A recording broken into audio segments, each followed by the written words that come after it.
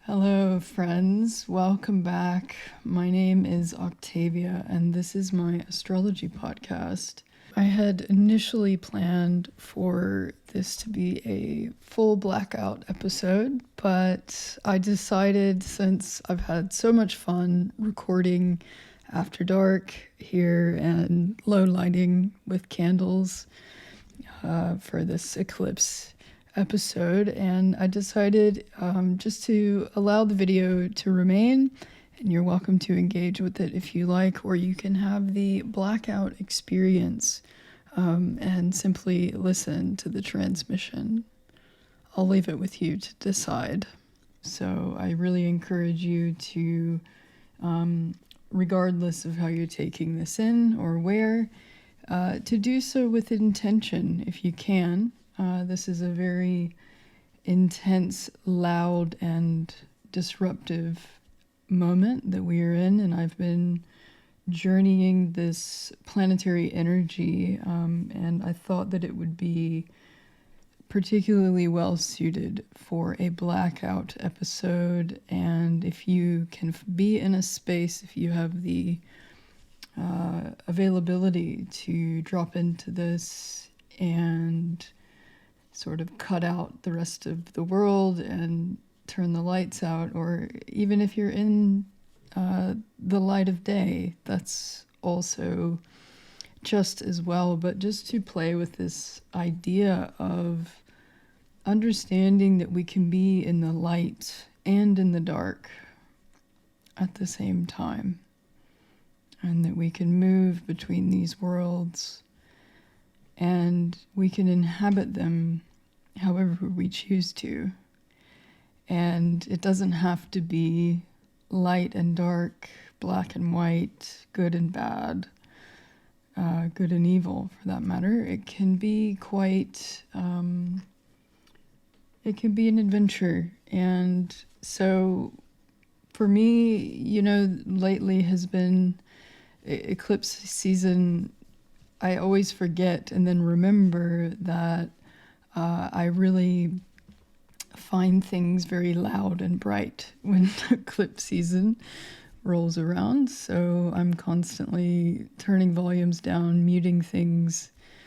And there's a deep part of me that craves silence and stillness, and sometimes silence and movement. So I encourage you to just check in with yourself before listening to this, and just as you move through your days and weeks ahead, and tune in and trust, if because we're having these eclipses in fixed signs. The first one this weekend in Taurus, solar eclipse, and then the second one in mid-May in Scorpio. There's going to be this rigidity on some level to want to do things the exact same way that we've always done them, and this impossibility that's impregnated within that desire to do so. So this podcast itself, this episode, is my own manifestation of moving beyond that, of allowing an opening to emerge for me to do this recording. And it's 11:30 at night on Friday, April 29th here in Australia. And, I'm wearing my robe and my pajamas, and it just felt like the right time. So that being said, get cozy, get comfy, close your eyes if you can, or bring your awareness fully into your surroundings if you are in your day, wherever you are. Just take a moment to let your awareness expand into exactly where you are and exactly what's happening around you in this moment.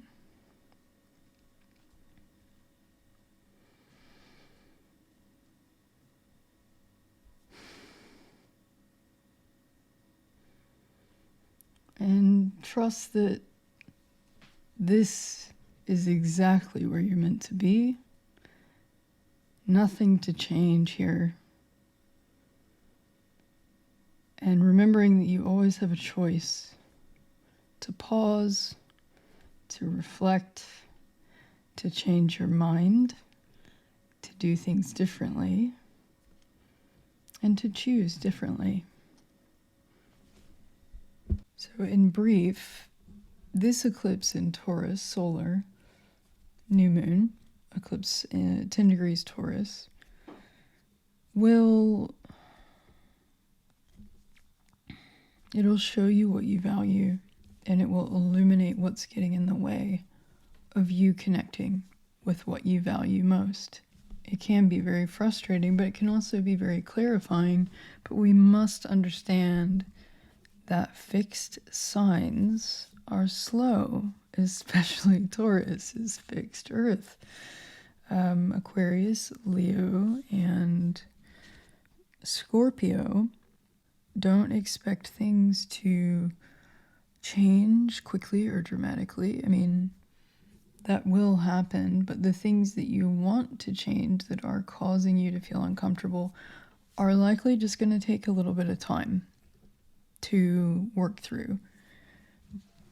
To enjoy, we can't really enjoy things unless we are present. Enjoyment will elude us if we are constantly gripping and grasping and reaching. We have to embody this time fully. It is the only way to make sense of it, is to come back to the body. It's been a little bit slow lately, shall we say. I mean, everyone's very sleepy, including me, except when I need to be sleepy, it's like difficult. But then when I really need to be on, it's like I really want to sleep. But eclipse season just does this. It disrupts our natural cycles and our routines and our habits and what we're used to. And it shakes things up to show us where change is inevitable in our lives. So whatever Taurus rules in your chart. So if any of you out there are Taurus, or if you have a part of yourself that you identify as Taurus, or folks in your life,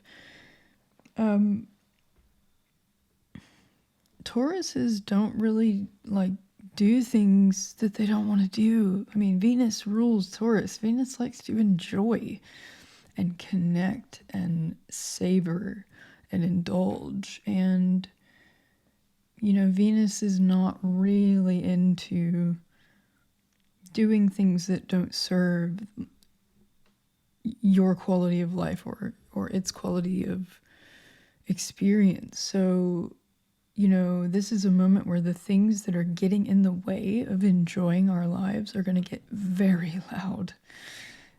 I mean, louder and louder as we continue to move forward toward this full moon lunar eclipse in Scorpio, which is a total eclipse. This one, the solar eclipse, is going to feel a lot nicer than the next one, because Scorpio is all about kind of like sex and emotional security. It's about what's hidden beneath the stuff you can see here on Earth, the tangibles, the property and the job and investments and car. And Scorpio represents the motivation behind all of those things. And so this is what's up for us, and this is what is getting reconfigured, and it is part of our civilization, our global civilization's evolution toward a more sustainable planet. And it's going to land for us all personally as well. If you're struggling with contending with these ideas around where you invest and how and why, And if you feel trapped right now by where you are connected to something or someone energetically or financially that has been draining you gradually for a long time, this is just a moment to consider all of these kinds of connections and spaces where we give our energy, and then we see the result. This week, as we wrapped up the end of April, Mercury entered shadow at 26 degrees Taurus on the 26th, which I loved that. Venus conjoined Neptune on Thursday, the 28th, and then tomorrow, Saturday, so whenever you're listening to this, on Saturday the 30th, Pluto is going to station retrograde and Mercury is going to enter Gemini. And then we have the eclipse. So it's a really interesting setup here. And next week, so just a couple of days after this solar eclipse in Taurus that's ruled by Venus, Venus is actually going to move into Aries. And when I look at this, because Venus is conjoining Jupiter during the eclipse, and then because the eclipse is in Taurus and Taurus is ruled by Venus, and Venus is moving into Aries just about a day and a half after the eclipse, I mean, Venus is like ready. She's ready to go. Like, she's hearing and feeling and understanding the changes that are happening, the evolutionary signature that's being brought in during this eclipse, because eclipses are, of course, they're kind of the only fast thing that happens in astrology. Like, it's all very slow and gradual, and eclipses actually bring in accelerated growth through dramatic changes. So your evolutionary growth can really compound and quickly, dramatically, in a very short period of time if you're open to it and if you are willing to move with it. Now, easier said than done, of course, with the fixed sign energy. The change is already happening. It's doing it for you. Like, you don't actually have to do anything. And this is the thing I keep telling myself, like, just allow it to happen. So whatever we pour our time, attention, and energy into, we end up having to live with. And I spoke a bit about this in the previous episode for the full moon in Libra, just describing how what we merge with in this life and what we create from that becomes inherently a part of who we are, even after we've evolved past that point. So for me, for example, I have a background in sculpture, and I worked in a foundry when I was in college, and was heavily involved in that realm for many years. And when I was working as a sculptor, doing metal fabrication and cast metal work, it was all quite process intensive, and I had to oftentimes end up, when I was a student particularly, I had to live with the material object that I created.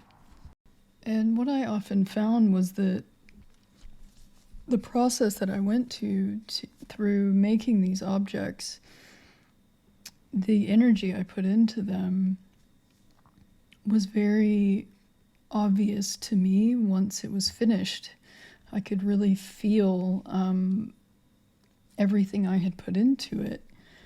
And then I had to live with it. And you know, if you're listening to this podcast, you likely have some sense of, wanting to evolve on a personal level, and have a sense of change that you that's pulling you through life. And each sculpture that I created, I felt different. I felt changed by each process of creation I went through. And, I think this is true for all of us. I mean, if you have children, I imagine that, what goes into their creation, of course, their conception, generates this being after 9 months of being in the womb. And, we all kind of marvel at this process of creation, and we see it take on a life of its own. And after a while, after my sculptures were occupying my living space, I kind of felt like a mom, it's just like I wanted them out of the house. I wanted them to go and live their own lives and get out from under my roof and, share them with the world. And, this is where we have to let go. We create something, we merge with something, there's an alchemy that takes place, and something new is created from that. And then we have to let something go. And, this is Scorpio and Taurus are destruction and creation, life and death, and, in kind of simple terms. So, leading up to this lunar eclipse in mid-May, I think we can feel right now, this is where the sense of how crowded it feels and how full everything is. And it's like, okay, where do I need to create space? What is it time to let go of? And, again, you're the only one that can make those calls. And the beautiful thing about this moment astrologically is that we have Venus and Jupiter together leading into this eclipse in Taurus, and Venus in late stages and Jupiter in late stages of Pisces. So our ability to, the two benefics coming together in the sign that Jupiter rules in Pisces means that we can have really generative conversations right now with the people around us. We can be very authentic and honest and loving and open about the truth of how we feel, and for whatever's coming up for us in our lives. And we can really open up to that and have that space. And this is where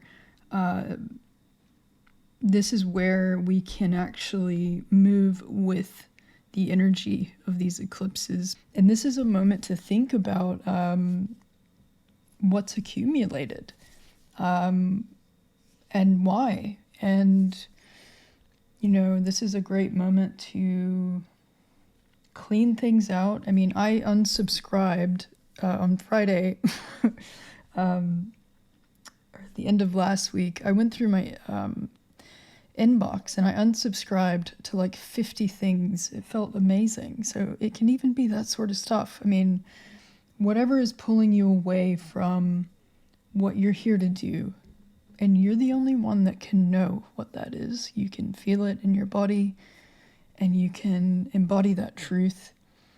And this is a moment where that will be very easy to locate. And everything else, the volume gets turned down. So it's essentially this weekend, the weekend the end of April, May 1st. This is a moment to reach out, connect, have those difficult conversations, and open your heart. Find a connection to your own heart. And if you feel numb, and if you feel disconnected from your heart, then just follow whatever it is that you enjoy. And it can be very simple. It can be ice cream or, chocolate.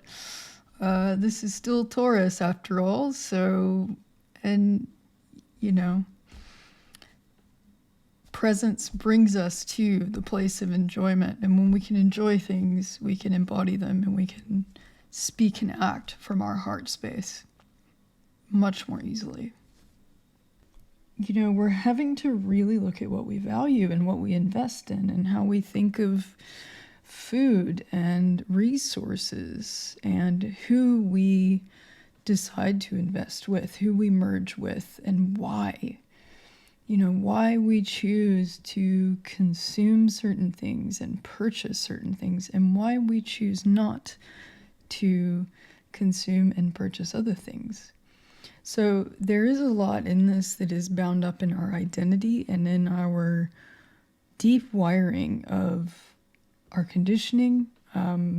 We've had Pluto in late degrees of Capricorn, and as we're preparing now for Pluto to enter Aquarius in March of 2023, and this is what I think these eclipses are helping prepare us for, because, Capricorn is this top-down, you got to work hard all your life, and you got to, do what you're told, and, work your way up the ladder and all that sort of stuff that is really no longer relevant. I mean, it's just not the structure, it's not the way that anything can continue. Mercury stations retrograde on the 10th of May, and Jupiter goes into Aries the next day. So we'll have both benefics, Jupiter and Venus, are going to be in Aries. So when we look at Taurus, I mean, it's just like at the financial district in New York. There's the big bull, there's so much about Taurus that relates to money. When Pluto went into Capricorn was during the financial collapse in 2008. And now as Pluto, Pluto's about death. And Pluto, came on the scene in Capricorn, and the economy crashed. The way a planet enters into a sign is often an indication of how it will leave it. And with Pluto stationing retrograde at basically the same time, very close timing with this eclipse, and with Mercury going into Gemini, it's like we've just got to have some honesty around what isn't working anymore. And it's like it keeps getting louder and louder.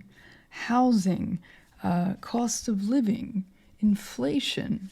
I mean, there are so many mounting problems and that are just waiting to be turned to and addressed differently. And as soon as we do that, things will just move. I mean, things will move like butter melting, but if we resist it, if we try to stay in the old way, if we keep clinging to how it was and how it ought to be and what should be happening and what certain folks should be doing, it's just going to cause ourselves more grief and the folks around us more grief.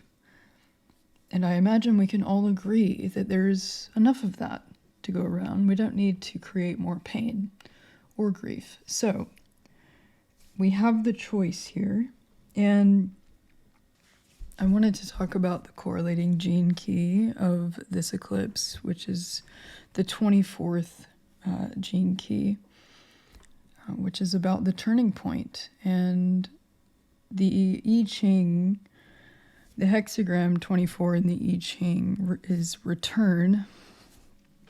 And, a return of anything, a return on investment, a planetary return. This is a karmic moment. And sometimes we have to just stop. In the gene keys, it's like exiting the wheel. We have to step off the carousel and stand back and have a look at everything spinning from a distance, and see what we notice because we're not used to that point of view. And whatever you're coming up against at this time likely has something inherently important for you to work through and to learn from that is going to help you get to something better. And so we can kind of understand that exiting the wheel and resting in the gap, right? So in the I Ching, hexagram 24, if you're not familiar with the I Ching, each hexagram is 6 lines, and they're either solid or they have a space in the middle. So they're 2 little lines with a space. So number 1, the first hexagram, is the creative, and it's all solid lines, and it's all about doing and expanding and reaching and manifesting something new. And the receptive is about remaining open. It's about moving with what's there and having this open space.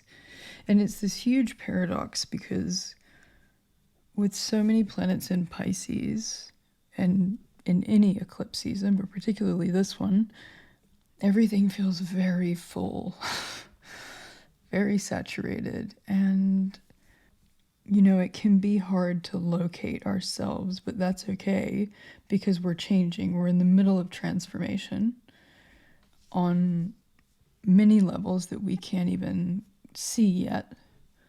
And there is a, important component in the middle of change and transformation of not having a sense of what the fuck's going on because it's not possible.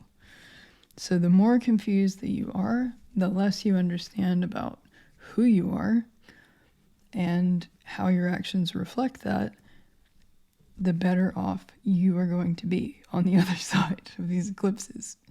Because the first one's showing us what has to change in order for us to align with what we value with now, and any sort of old arrangements or patterns or dynamics that we've had around how we invest in what we value. And that could be anything from, a joint account or a certain tax bracket, any kind of land, property, rent, fuel costs. So this is a great moment to feel into how those are actually affecting your life and your quality of life, because that's what Taurus is all about. It's like understanding where and when it's worth it to invest yourself into whatever it may be. And that requires understanding what's happening here within us. So that's going to do it for this one. Thanks again, guys, for being here and still being here. And until next time, stay safe, well, and wise.